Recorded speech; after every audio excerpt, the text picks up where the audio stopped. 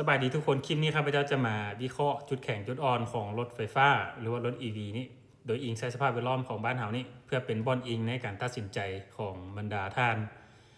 ผู้ใดที่ต้องการจะซื้อหรือว่านำใช้รถ EV นี้เนาะจุดแข็งต้นต่อของรถไฟฟ้าเนาะจุดที่1ก็คือค่าไฟนี่จะถูกกว่าค่าน้ำมันเนาะโดยเฉลี่ยมันค่าไฟต่อเดือนสำหรับรถ EV นี่มันจะอยู่ประมาณ3-4 แสนกีบถ้าว่าเทียบกับรถน้ำมันจะอยู่ล้าน1หาล้าน5เนาะจุดที่2แม่นนั่นบ่มีค่าบำรุงรักษาโดยเฉพาะแม่นค่าน้ำมันเครื่องค่าน้ำมันเกียร์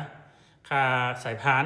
จุดที่3แม่นของ EV แม่นขับขี่เงียบสบายเนาะถือว่าบ่มีเสียงนองเนืองนั้นบ่มีเสียงรบกวนบ่มีควันต่อไปนี้เฮามาฟังเบิ่งจุดอ่อนและความท้าทายของรถไฟฟ้านี้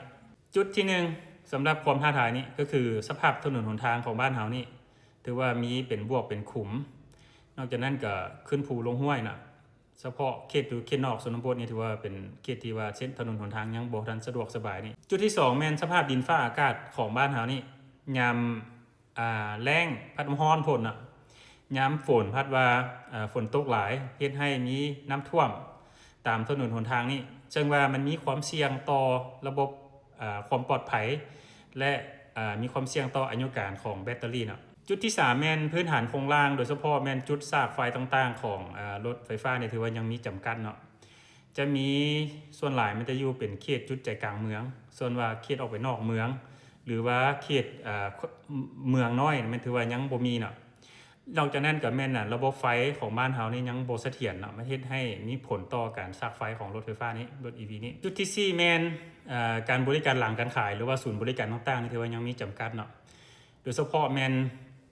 รถ EV บางรุ่นมันจะต้องได้นำใช้อะไหล่เฉพาะของมันเนาะเช่นว่ายางรถนี่เวลายางรถหัวนี่บ่สามารถเอายางตัวอื่นมาทดแทนได้ต้องแม่นยางของมัน